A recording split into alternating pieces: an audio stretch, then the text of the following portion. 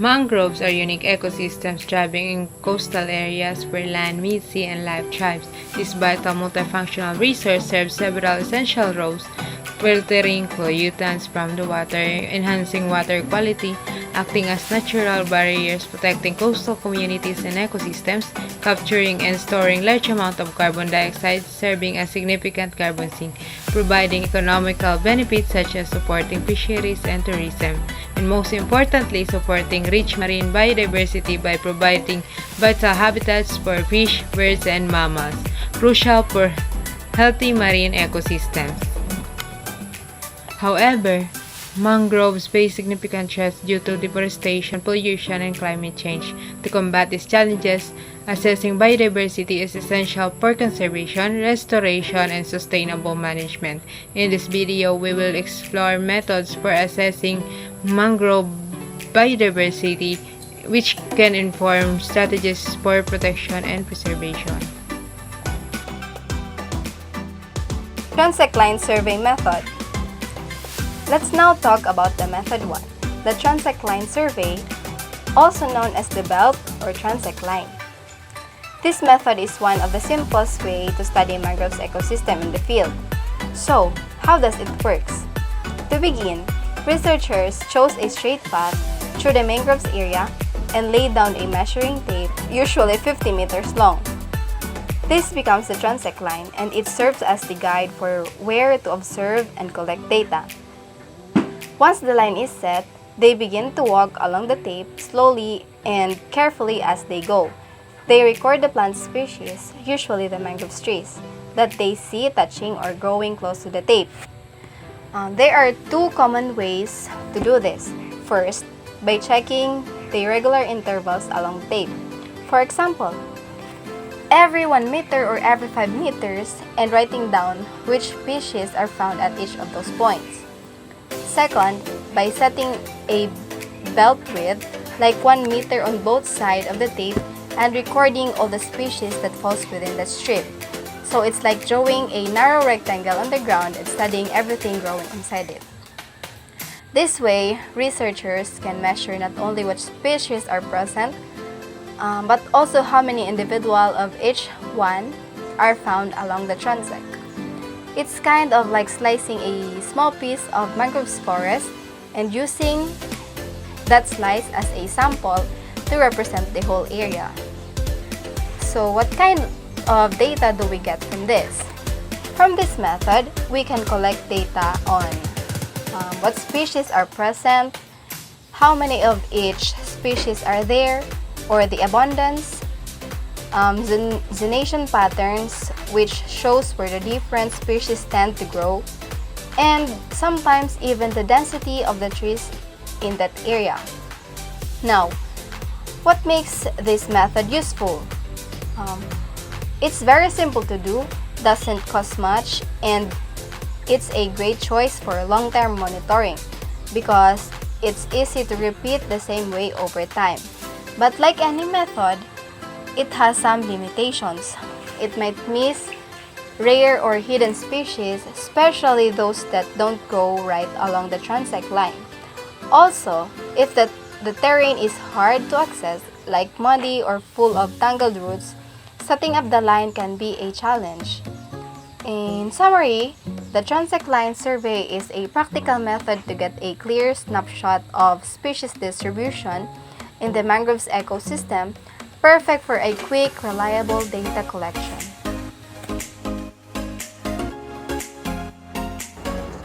In this part of the presentation, I will be explaining quadrant sampling, a common method used to study plant and animal populations in ecosystems like mangroves.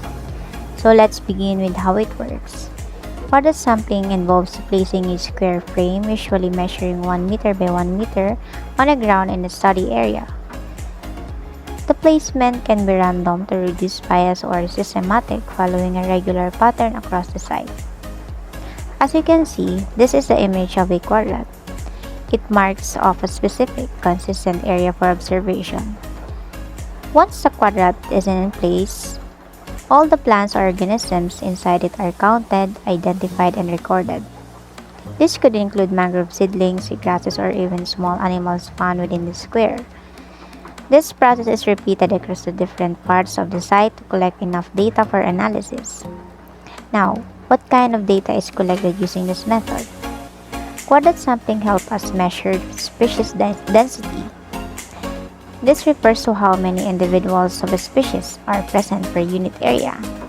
Next one is the frequency, which tells us how often a species appears across multiple quadrants, and the distribution, or the spatial arrangement of species across the habitat. This information helps us understanding how species are spread and how dominant or rare they are in a particular ecosystem. Quadrant sampling has several advantages. It is standardized because every quadrant covers the same size, allowing for fair comparisons. It is replicable, meaning the method can be repeated at different times or by different researchers and still produce consistent results. And it's suitable for statistical analysis, helping to make reliable conclusions about the ecosystem. However, this method also has its limitations. Quadrant sampling can be time consuming, especially in large or dense mangrove forests. Also, since only small portions of the area are sampled, the results might not fully represent the overall diversity of the entire ecosystem, especially if some species are spread unevenly. So, to summarize, quadrant sampling is a useful and reliable method for studying the composition and structure of mangrove ecosystems. While it gives detailed local information, it's most effective when used along with other methods that can capture broader or hidden diversity. Now let's look at method 3, known as molecular method using DNA barcoding, where we use DNA to figure out which species are present. It begins with collecting samples from the mangrove environment, like leaves, roots, soil, or even water. In the lab, scientists extract DNA from these samples. They focus on a short section of the DNA called a barcode, which is copied using a process called polymerase chain reaction, or PCR. This barcode is then matched with sequences in a database to identify which species it belongs to. DNA barcoding can detect species living in mangroves, including microscopic ones or those that are hard to tell apart just by looking at them. It's highly accurate and can reveal species that we might miss during regular surveys, making it useful for discovering hidden biodiversity in mangrove ecosystems. However, it does require access to a lab, trained experts, and can be quite expensive. Plus, if a species is not in the database yet, it might go unidentified. DNA barcoding gives us a deeper look into the mangrove ecosystem, helping us understand what's there, even when we cannot see it with a naked eye.